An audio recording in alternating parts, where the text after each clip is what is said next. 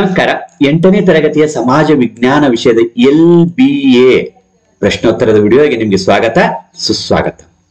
ಈ ಒಂದು ವಿಡಿಯೋದಲ್ಲಿ ಅಧ್ಯಾಯ 23 ಸ್ಥಳೀಯ ಸ್ವಯಂ ಸರ್ಕಾರಗಳು ಈ ಒಂದು ಅಧ್ಯಾಯಕ್ಕೆ ಸಂಬಂಧಿಸಿದಂತೆ ಲೆಸನ್ ಬೇಸ್ಡ್ ಅಸೆಸ್ಮೆಂಟ್ ಅಥವಾ ಪಾಠ ಆಧಾರಿತ ಮೂಲ್ಯಾಂಕನದಲ್ಲಿ ಕೇಳಿರುವಂತಹ ಪ್ರಶ್ನೆಗಳು, ಆ ಎಲ್ಲ ಪ್ರಶ್ನೆಗಳಿಗೆ ಮಾದರಿ ಉತ್ತರಗಳನ್ನ ನೋಡ್ಕೊಂಡು ಬರೋಣ. ಪೂರ್ತಿಯಾಗಿರುವಂತಹ ವಿಡಿಯೋನ ವೀಕ್ಷಿಸಿ ಹಾಗೂ ನಿಮಗೆ ಈ ವಿಡಿಯೋ ಇಷ್ಟ ಆದಲ್ಲಿ ಲೈಕ್ ಮಾಡಿ. ಅಧ್ಯಾಯ 23 ಸ್ಥಳೀಯ ಸ್ವಯಂ ಸರ್ಕಾರಗಳು ಅಧ್ಯಾಯವಾಗಿರುವಂತದ್ದಾಗಿದೆ. ಮೊದಲ ವಿಭಾಗದಲ್ಲಿ ಈ ಕೆಳಗಿನ ಪ್ರತಿಯೊಂದು ಪ್ರಶ್ನೆಗೆ 4 ಆಯ್ಕೆಗಳನ್ನು ನೀಡಲಾಗಿದೆ. ಸರಿಯಾದ ಉತ್ತರವನ್ನ ಬರೆಯಿರಿ ಅಂತ ಕೇಳಿರುವಂತದ್ದು. ಮೊದಲನೇ ಪ್ರಶ್ನೆ, 1993ರಲ್ಲಿ ಜಾರಿಗೆ ಬಂದ ಪಂಚಾಯತ್ ರಾಜ್ ವ್ಯವಸ್ಥೆಯ ಇತಿಹಾಸದಲ್ಲಿಯೇ ಮೈಲುಗಲ್ಲು ಎನಿಸಿಕೊಂಡಿರುವ ಸಂವಿಧಾನದ ತಿದ್ದುಪಡಿ ಕೇಳಿರುವಂತದ್ದು. ಎಲ್ಲ ಪ್ರಶ್ನೆಗಳಿಗೆ 4 ಆಯ್ಕೆಗಳನ್ನು ಕೊಟ್ಟಿರುತ್ತಾರೆ. ನಾವು ನೇರವಾಗಿ ಉತ್ತರವನ್ನ ನೋಡ್ಕೊಂಡು ಬರೋಣ. 73ನೇ ಮತ್ತು 74ನೇ ತಿದ್ದುಪಡಿ ಆಗಿರುವಂತದ್ದು. ಎರಡನೇ ಪ್ರಶ್ನೆ, ಸ್ಥಳೀಯ ಸರ್ಕಾರಗಳ ಚುನಾವಣೆಯನ್ನು ಈ ಕೆಳಗಿನವುಗಳಿಗೆ ವಿಶೇಷ ಮೀಸಲಾತಿ ಸೌಲಭ್ಯಗಳಿವೆ. ಇಲ್ಲಿ ಪರಿಶಿಷ್ಟ ಜಾತಿ ಮತ್ತು ಪರಿಶಿಷ್ಟ ಪಂಗಡ, ಹಿಂದುಳಿದ ವರ್ಗ, ಮಹಿಳೆಯರು ಮೇಲಿನ ಎಲ್ಲಾ ವರ್ಗಗಳಿಗೆ ಮೀಸಲಾತಿ ಇದೆ. ಇನ್ನು ಮೂರನೇ ಪ್ರಶ್ನೆ, ಕರ್ನಾಟಕದಲ್ಲಿ ಪ್ರಸ್ತುತ ಎಷ್ಟು ಬೃಹತ್ ಮಹಾನಗರ ಪಾಲಿಕೆ ಹಾಗೂ ಮಹಾನಗರ ಪಾಲಿಕೆಗಳಿವೆ ಅಂತ ಕೇಳಿರುವಂತದ್ದಾಗಿದೆ. 1 ಮತ್ತು 10. ಬೃಹತ್ ಮಹಾನಗರ ಪಾಲಿಕೆ 1 ಮತ್ತು ಮಹಾನಗರ ಪಾಲಿಕೆಗಳು 10 ಇರುವಂತದ್ದು. 4ನೇ ಪ್ರಶ್ನೆ, ಮಹಾನಗರ ಪಾಲಿಕೆ ಕಾರ್ಯನಿರ್ವಹಣೆಯನ್ನು ಯಾವ ಅಧಿಕಾರಿ ನೋಡಿಕೊಳ್ಳುತ್ತಾರೆ? ಮಹಾನಗರ ಪಾಲಿಕೆ ಆಯುಕ್ತರು. ಇನ್ನು 2ನೇ ವಿಭಾಗದಲ್ಲಿ ಈ ಕೆಳಗಿನ ಪ್ರಶ್ನೆಗಳಿಗೆ ಪ್ರತಿಯೊಂದಕ್ಕೂ ಒಂದು ವಾಕ್ಯದಲ್ಲಿ ಉತ್ತರಿಸಿರಿ ಅಂತ ಕೇಳಿರುವಂತದ್ದಾಗಿದೆ. 5ನೇ ಪ್ರಶ್ನೆ, ಪ್ರಸ್ತುತ ಕರ್ನಾಟಕ ಪಂಚಾಯತ್ ರಾಜ್ ಕಾಯ್ದೆ ಜಾರಿಗೆ ಬಂದ ವರ್ಷ ಕೇಳಿರುವಂತದ್ದು 1993 ವರ್ಷ ಆಗಿರುವಂತದ್ದು. 6ನೇ ಪ್ರಶ್ನೆ, ಗ್ರಾಮ ಸಭೆ ಅಧ್ಯಕ್ಷತೆಯನ್ನು ಯಾರು ವಹಿಸುತ್ತಾರೆ ಅಂತ ಕೇಳಿರುವಂತದ್ದು ಗ್ರಾಮ ಪಂಚಾಯತಿ ಅಧ್ಯಕ್ಷರು. 7ನೇ ಪ್ರಶ್ನೆ, ಗ್ರಾಮ ಪಂಚಾಯತಿ ಆಡಳಿತಾವಧಿ ಎಷ್ಟು ಅಂತ ಕೇಳಿರುವಂತದ್ದು 5 ವರ್ಷಗಳು. ಇನ್ನು 8ನೇ ಪ್ರಶ್ನೆ, ತಾಲೂಕು ಪಂಚಾಯತಿ ಸಭೆಗಳು ಕನಿಷ್ಠ ಎಷ್ಟು ತಿಂಗಳಿಗೊಮ್ಮೆ ನಡೆಯಬೇಕು ಅಂತ ಕೇಳಿರುವಂತದ್ದು 2 ತಿಂಗಳಿಗೊಮ್ಮೆ. ಇನ್ನು 9ನೇ ಪ್ರಶ್ನೆ, ಜಿಲ್ಲಾ ಪಂಚಾಯತಿಗೆ ಎಷ್ಟು ತಿಂಗಳಿಗೊಮ್ಮೆ ಅವಧಿಗೆ ಅಧ್ಯಕ್ಷ ಮತ್ತು ಉಪಾಧ್ಯಕ್ಷರ ಆಯ್ಕೆಗೊಳ್ಳುತ್ತಾರೆ?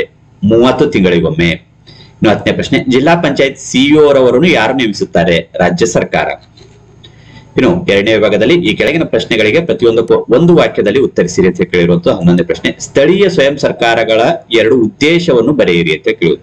ಸ್ಥಳೀಯ ಸಮಸ್ಯೆಗಳನ್ನು ಬಗೆಹರಿಸಿಕೊಳ್ಳಲು ಸ್ಥಳೀಯರನ್ನೇ ಬಳಸಿಕೊಳ್ಳುವುದು, ಜನಸಾಮಾನ್ಯರಿಗೆ ಆಡಳಿತ ಜ್ಞಾನ ಒದಗಿಸುವುದು.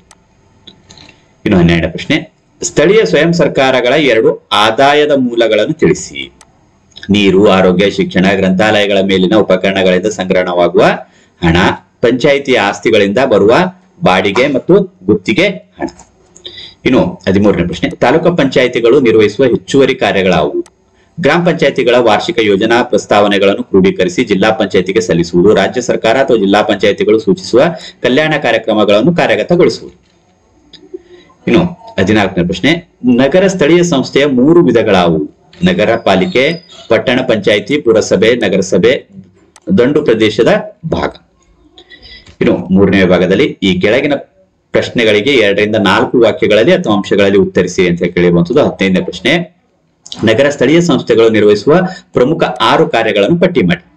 ಆಯವ್ಯಯ ಪಟ್ಟಿ ತಯಾರಿಸಿ ಅನುಮೋದನೆ ಪಡೆಯುವುದು, ನಗರ ಅಥವಾ ಪಟ್ಟಣದ ಸಂಪೂರ್ಣ ಆಡಳಿತ ನೋಡಿಕೊಳ್ಳುವುದು, ಉತ್ತಮ ನಗರ ಯೋಜನೆ ರೂಪಿಸುವುದು, ಜನನ ಮರಣ ನೋಂದಣಿ ಮಾಡಿಕೊಳ್ಳುವುದು, ಸಾಂಸ್ಕೃತಿಕ ಕಾರ್ಯಕ್ರಮಗಳನ್ನು ಪ್ರೋತ್ಸಾಹಿಸುವುದು, ನಗರಗಳಲ್ಲಿ ಒಳಚರಂಡಿ ವ್ಯವಸ್ಥೆ ಹಾಗೂ ಘನತ್ಯಾಜ್ಯ ವಿಲೇವಾರಿಗೆ ಸೌಕರ್ಯ ಕಲ್ಪಿಸುವುದು.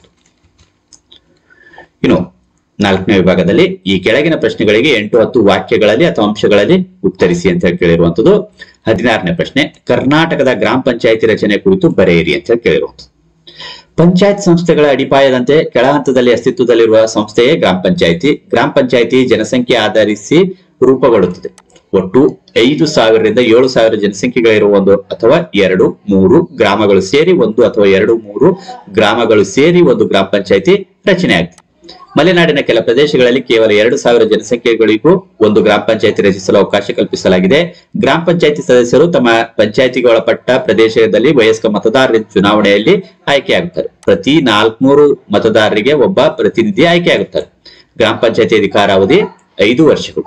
ಈ ರೀತಿಯಾಗಿ ಈ ಒಂದು ಅಧ್ಯಾಯಕ್ಕೆ ಸಂಬಂಧಿಸಿದಂತೆ LBA ಪ್ರಶ್ನೋತ್ತರಗಳನ್ನು ನೋಡ್ಕೊಂಡು ಬಂದಿರುವಂತದ್ದಾಗಿದೆ. ಈ ವಿಡಿಯೋ ನಿಮ್ಗೆ ಇಷ್ಟ ಆದಲ್ಲಿ ಲೈಕ್ ಮಾಡಿ. ಇತರ ವಿಡಿಯೋಗಳು ವೀಕ್ಷಿಸುವುದಕ್ಕಾಗಿ ಡಿಸ್ಕ್ರಿಪ್ಷನ್ ಬಾಕ್ಸ್ ನಲ್ಲಿ ಲಿಂಕ್ ಇರ್ತದೆ, ಕ್ಲಿಕ್ ಮಾಡಿ ವೀಕ್ಷಣೆ ಮಾಡಿಕೊಳ್ಳಬಹುದು. ಮತ್ತೆ ಮುಂದಿನ ಭಾಗದಲ್ಲಿ ನೆಕ್ಸ್ಟ್ ಮಾಹಿತಿಗಳನ್ನು ಭೇಟಿಯಾಗೋಣ. ಅಲ್ಲಿವರೆಗೂ ಇತರ ವಿಡಿಯೋಗಳನ್ನು ವೀಕ್ಷಿಸ್ತಾರೆ. ಧನ್ಯವಾದ.